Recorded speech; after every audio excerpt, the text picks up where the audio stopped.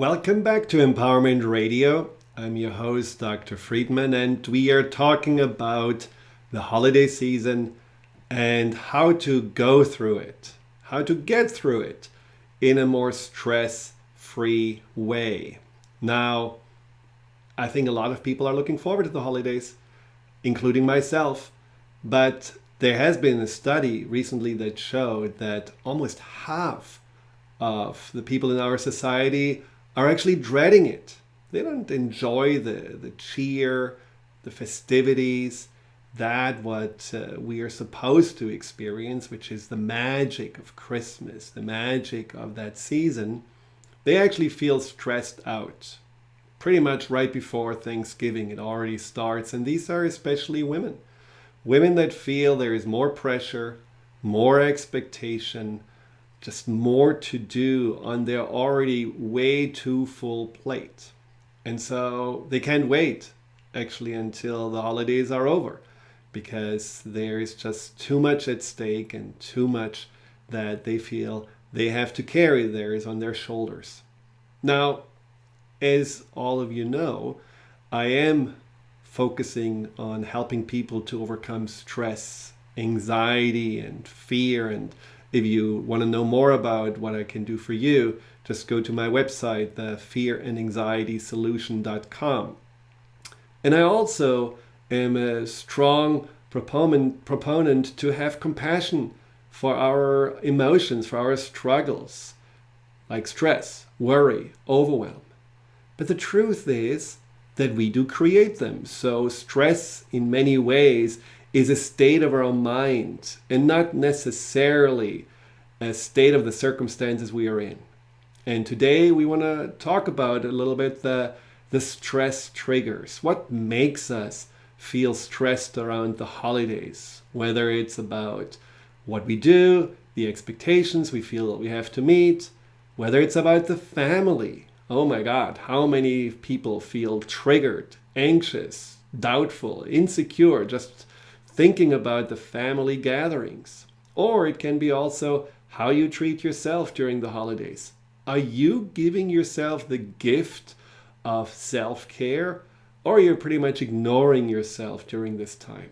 And there is, of course, the other aspect of the holidays that can create stress, which is when you celebrate them alone. When you feel like everyone else is gathered around the candles and has a good time and just you are sitting alone in your apartment, have nowhere to go, and feel more and more anxious and more depressed and less self-worth.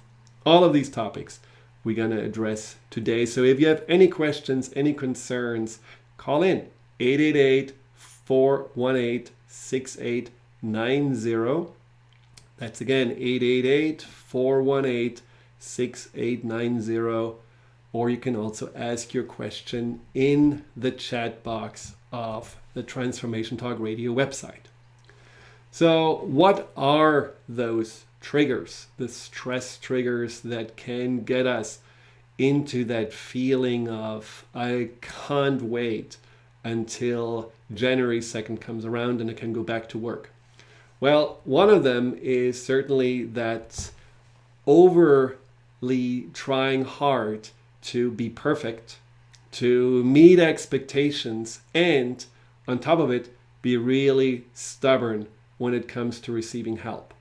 Well, my mom, and I loved her dearly, she was a poster child for all of it.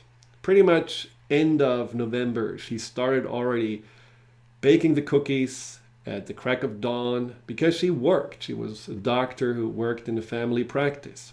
But that didn't stop her from putting more into the house decorations, buying presents, not only for the family, but also for friends and pretty much half of the town that we grew up in. She tried to always experiment with the most elaborate dishes and meals for Christmas Eve, which sometimes unfortunately didn't go too well. I remember one time we had a carp or a fish that she wanted to do a Polish way with maroons or something like that, and we ended up eating cheese sandwiches because it was inedible. At least we were all laughing about it at the end. But She really tried hard and she gave a lot. And unfortunately, she, who was for everyone else creating this magic of Christmas, which not surprisingly disappeared when she had died. Since ever then, I never felt that magic again.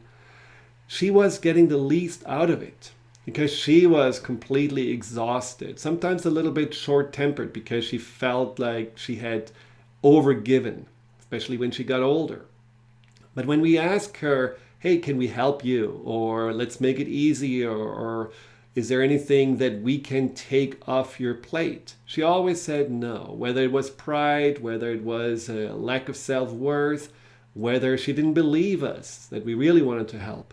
But there was always a block that I believed created inside more stress than was really necessary. So one of those things that I would like to suggest is to really sit together with your family, something we unfortunately never did, and talk about the Christmases or holidays before and ask yourself, what was actually really memorable about it? Was it the amazing gifts that we gave each other? Was it this wonderful meal? Was it a great decoration? Was it that we invited 20 people to our house? What was actually memorable? Now, when I ask myself this question, it wasn't any of that. It wasn't anything that I felt my mother put so much energy into. What really mattered and what looking back is dear to my heart are these little moments where my father, for example, sat at the table and was rubbing his hands in joy and was so happy that we are all together, and then we talked about our lives, probably more deeply than at any other time of the year. It was those moments when I was able to help my mother. There she let me help because she didn't like to drive in the snow, so I drove her around and was visiting these older people in our small town, mainly women that lived by themselves, that had no one that really celebrated with them or gave gifts to them, and often didn't really have a lot for themselves, just lived in small little apartments or houses. And my mother had all these beautiful gifts baskets created for them with beautiful delicacies, some coffee, some cookies, some things that these women would never buy themselves.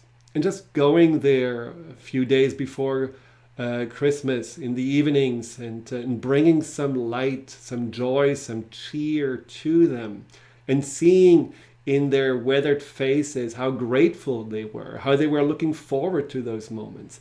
That is one of those most memorable times for me for all the Christmases that I was together with my family.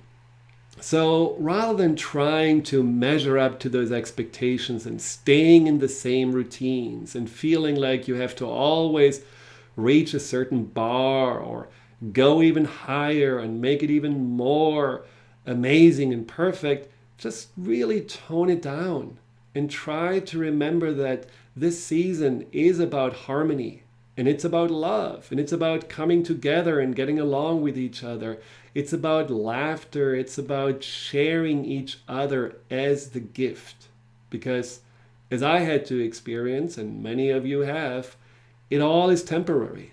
There is an expiration date on those things. And so rather than trying to rush around and just have these moments where everything is perfectly set, but you can basically not enjoy it because you don't have the energy, the mindset, you feel too stressed about it, just make it more simple. Make it more also an effort where you include the people that are living with you, your family, your friends. Make it something that you feel we are building, we are creating this experience as an experience of us and not just one person having to carry the load. Now, I also find that looking back as a child, and even when I was, pre-teen, I certainly had a little chip on my shoulder in regards to the expectations of gifts and what I wanted. And so try to also express to your children that maybe just having less and enjoying more what we already have, enjoying more the time together, enjoying more the intangible, not that frantic unwrapping of presents, but more that being together and maybe playing a game or going for a nice walk or just having the time to not have to watch TV or not get to entertain, but just enjoy each other's presence. That in the long run will make a much, much bigger impact than having a new Xbox or whatever those things are that we really want to have. Well, that's just one trigger that if you are making little tweaks and changes can make already a huge difference. Well, when we come back, we will talk about other triggers. For example, how can you avoid that holiday hangover that so many people are struggling with? I'm not talking about that hangover after the company Christmas party. I'm talking about the hangover that comes after several days or weeks of just not living in self-care. We will be right back with that and more.